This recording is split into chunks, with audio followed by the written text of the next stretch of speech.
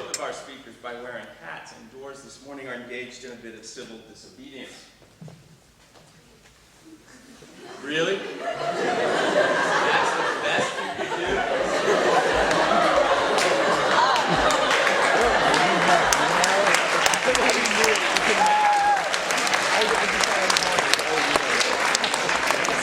Nearly 300 people in the audience this morning, and only 7 of you remembered to wear hats.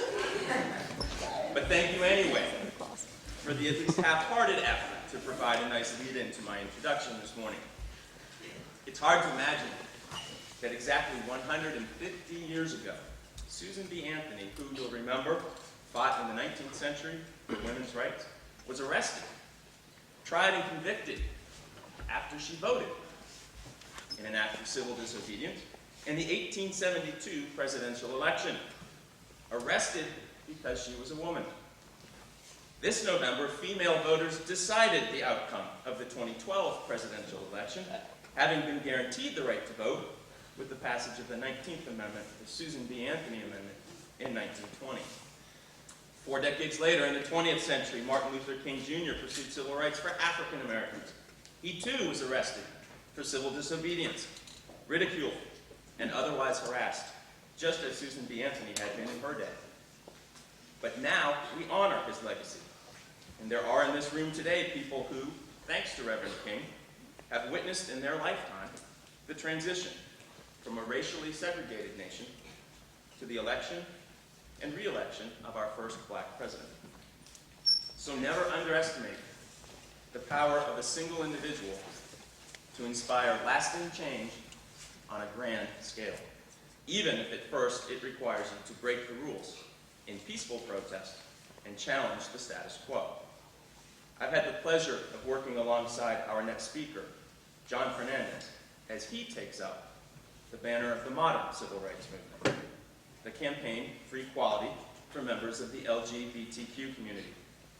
John was elected by his peers last year to co-lead our Gay Straight Alliance, or GSA, which is arguably the most challenging leadership position on this campus. Like the great civic leaders before him, John too makes himself a target, simply by standing on principle and advocating for an entire class of citizens that in the 21st century still does not enjoy in this country the same rights as everybody else. But although we can look around the room and for the most part recognize our African American and female colleagues, we don't know who among us might be gay, unless they choose to tell us. That makes it hard for gay people to find support from one another, and lulls everybody else into a sense of complacency. Out of sight, out of mind. Yet in the audience today, there are certainly gay students, gay faculty members, parents of gay kids, and kids of gay parents. Some of you have brothers or sisters who are gay.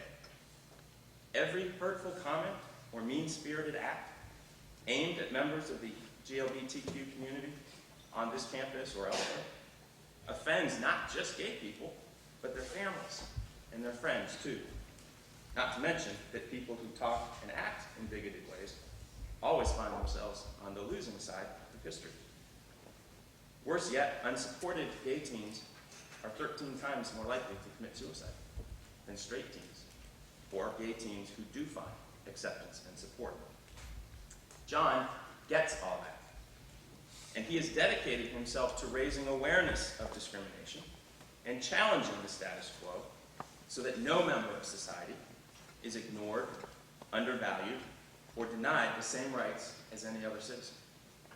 That requires courage, resilience, and hope in quantities that very few people seem to possess, especially at such a young age. And I couldn't admire or respect him more for it. John is that rare teenager who stands resolutely on principle, even when it's not popular or easy to do so, in the face of what must seem sometimes like overwhelming opposition. And he manages to do it without alienating the skeptics in the audience. That may have something to do with his easygoing and fun personality, or maybe it has to do with respect for his considerable intelligence. Or maybe in his own mind, he recalls the ultimate triumph of people like Susan B. Anthony and Reverend King. Whatever the explanation, PCS became a better place when John transferred here last year. In a short span of time, he's performed on this very stage, competed with the swim team, and appeared in our video productions. He was recruited to serve as a mentor for middle school students, and soon he will represent PCDS at the National Student Diversity Leadership Conference. Psychologists believe that you can never really understand someone, what motivates their behavior, or what explains their choices in life, until you know their story. John's going to share several significant chapters from his story with us today.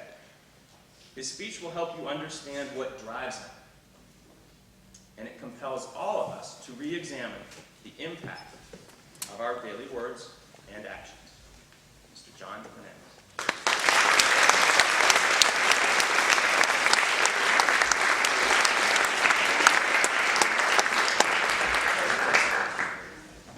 I'm not giving my speech with my hat on, sorry.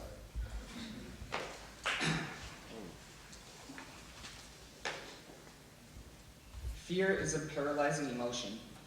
According to Kendra Cherry, the top 10 most common fears are those of spiders, snakes, heights, crowded areas, dogs, lightning, injections, social situations, flying, and germs. Now you're thinking, girl, I wasn't afraid of nothing. Really? If you say that, I think you're afraid of admitting that you're afraid. Ralph Waldo Emerson states, fear defeats more people than any other thing in the world. Telling Dumber my topic to speak about fear was an interesting choice. He challenged me to shed my shell of uncomfortableness. Shed my shell of comfort, and dared me to get emotionally deep with my fear. I responded, well, I've been afraid of meeting new people. I'm afraid of defending my morals at times. I'm afraid of letting people know who I really am. And I'm deathly afraid of those nasty, gross, smelly, sometimes hairy appendages that are located at the bottom of your legs that people refer to as feet. He helped me realize that most of my trepidations emerge from the crowning fear of rejection that compromises my hopes and dreams. Fortunately, my greatest strengths, resilience and tenacity, overpower the debilitating fear of rejection. Since birth, I've been exposed to a hybrid culture of Catholic Mexicans from my mother's side and Nazarene Portuguese from my father's side. Growing up in an area where the demographic was mostly Mexican, I was ostracized for looking too white and for an inability to speak Spanish. In fact, it was reported in 2008 that Independence High School's ethnic diversity consisted of 2.68% Asian, 1.4% American, Indian/Alaskan, 14.26% African American, 23.76% white, and a whopping 57.79% Hispanic. I never felt like I fit into any of these categories. Even today, I'm told that I'm not a real Mexican because I don't speak Spanish. Who decides what makes a Mexican? I didn't know I had to turn in an application or meet certain requirements to be a Mexican. I grew up with Mexican culture and Mexican in my blood. I attended St. Vincent de Paul Catholic School until yanked out of my safe bubble in 3rd grade and exposed to an array of characters at public school. Instilled with different culture and background than the rest of the students, I acted differently and had trouble accommodating to their dissimilar behaviors. On my first day of school, my first day of public school, I was teased for my slurred speech, making me self-conscious and reticent. Anytime someone would ask my name, I would hang my head and try to say Johnny, but it would come out Sonny. I was afraid of being rejected for my slur, so I would just nod my head and be like, yeah, that's my name. I could not correctly pronounce my name since I knocked out my 2 front teeth at an early age. Actually, I could not pronounce my S's, SH's, and R's. It wasn't until my speech therapist told me that they were going to give up on me in high school that I sat in front of the mirror for hours practicing techniques that I had engineered. Despite my slur, I successfully ran in 8th grade for student body president. In addition, that year, I was chosen to give speeches at the closing ceremonies of the National Youth Leadership State Conference ASU's Barrett Summer Scholars Program, and went in my 8th grade promotion ceremony. I decided not to give rejection control over me. The first 2 years of high school were far from my cliche Disney-like view of it, where everyone's holding hands and singing their emotions. I ran for student body there and homecoming royalty, but lost every election there. In baseball, my teammates took me as a joke, and this rejection was a catalyst to work harder, to outperform the other players. I belonged to no clique or group of friends because they did not agree with my religious beliefs or my political beliefs or my actions. I walked into the cafeteria every day wondering who would be willing to sit with me today, or who can I sit with me that won't tell me to walk away. For the most part, I would sit in the library and count down the seconds until somebody came looking for me in a desperate search to borrow my homework, or to help them out with a test that they're about to have in 5 minutes. No matter what I did to stay strong, nothing was strong enough to ignore the rejection and loneliness I felt. Although I said I would never, I fell victim to peer pressure and did things I'm not proud of, some of which still affect me today. I thought about things, tried things, and did things to try to end or numb the pain of rejection I felt that left me with scars to prove it. From the help of friends like Allie and Pastor Zach, I learned that this was not the path that God had intended for me. I decided to make a life-changing decision and risk my impeccable grade point average in all honors classes by switching to PCDS. My parents were doubtful that the change would be a boon for me. I was going from the top of my class to an average student. Not even an average student. I was expected to fail my first year. That scared my parents because it could have jeopardized my chances of getting a scholarship for ASU. After being ditched by the person I was shadowing, I was lost in days like a sad puppy that chased a truck full of bacon into nowhere. Why would I want to feel alone once again, but with more work? I didn't want to go to PCS any longer, but I told myself, think positively. At least it would be a new beginning. Transferring to Phoenix Country Day School was like switching from a jacuzzi to a freezing swimming pool, to say the least. I became a Mexican student instead of the white student, and I quickly adapted to the changing social environment, academic competition, and workload of my new school. Fearful of being rejected by my new set of peers, I avoided them for the first month of school. After dipping my feet in the pool, I dove right in them. In hopes of fulfilling a childhood dream, I ran for student body president, even though I was a new student. Although it added to my list of lost elections, I was done letting the fear of rejection affect my actions, and I became bolder. Since I was young, I saw the lack of interest my older sister had in school, and the struggle my parents had with sparking the desire in her to work. In the midst of frustration and anger, they told her that they gave up on her several times. My sister was, and is not perfect, maybe light years away from being even miles close to being perfect. But I learned from her mistakes, and I learned from my parents' mistakes. I never wanted to mess up, and I always wanted to work hard in school. My teacher would tell my parents at parent-teacher conferences that I'm self-motivated. Oh, how wrong they were. I worked hard because I didn't want my parents giving up on me. I wanted all their attention. I thought by being the good kid of the family, I would get it. The times they genuinely told me they were proud of me were my happiest moments. In the fear of rejection, I never wanted to come to them with my problems. I solved them for myself. I never went to them when I had relationship issues. I never confided in them because it showed vulnerability and weakness. I had to be a strong, flawless leader like Superman. To my grandma, though, there's nothing I can do wrong. It could make her see me as anything less. She's my superwoman.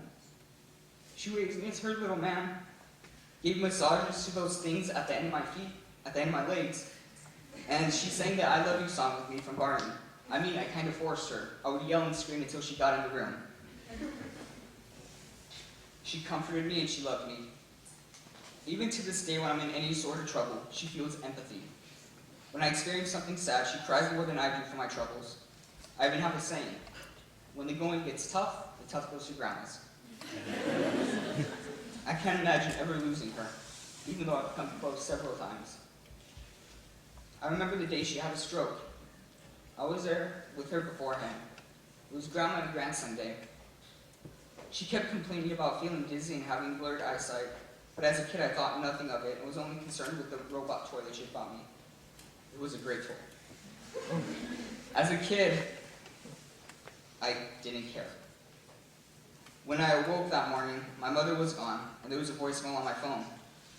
My grandma was trying to get a hold of me that night, but I was asleep.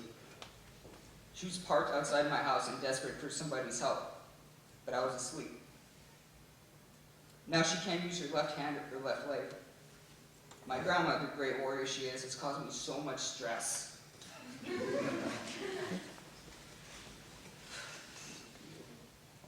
From surviving a triple bypass to a broken femur and hip, to breast cancer and skin cancer simultaneously, to recently once again overcoming skin cancer. From her past mistakes, she's afraid of being rejected. She's been the butt of many jokes in our family because of her past and current disabilities. From her current situation, she's afraid of going out into the public, but I made her come tonight. Because today. And she's afraid of being rejected or stared at for being in a wheelchair, for not being able to use her left hand or leg. But she's afraid, but she's resilient. I mean, she goes to the casino almost every week and loses bets money there. She basically pays them their salary. Every night when I talk to her, her glass is half full, while mine needs a few drops. When I look at my little cousin, I see so much of my grandma in her. Joy, hope, and most importantly, love.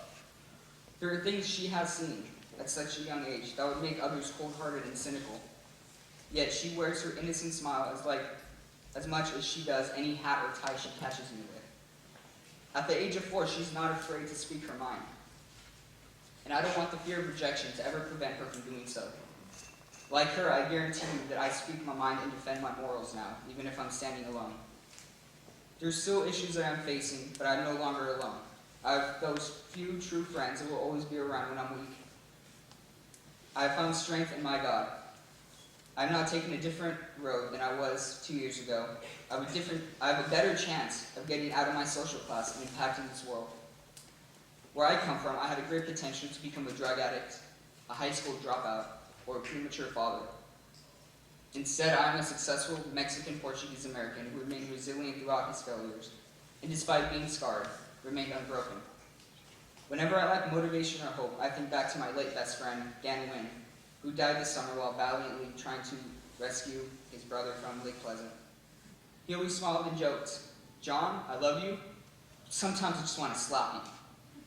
In other words, whenever I took problems too seriously, he brought me back to reality. I looked up to him because of his hard work and his ability to befriend anybody and everybody.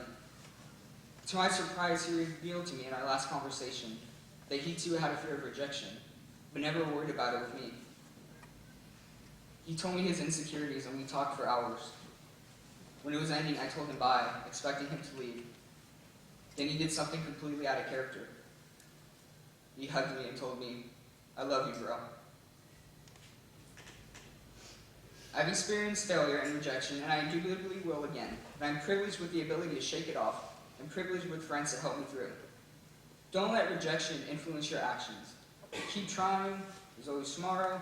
If at first you don't succeed, you know the rest. Whenever you are worried, remember these words from Christian singer Jason Castro. This is only a moment. You don't have to let your fear control it. Thank you.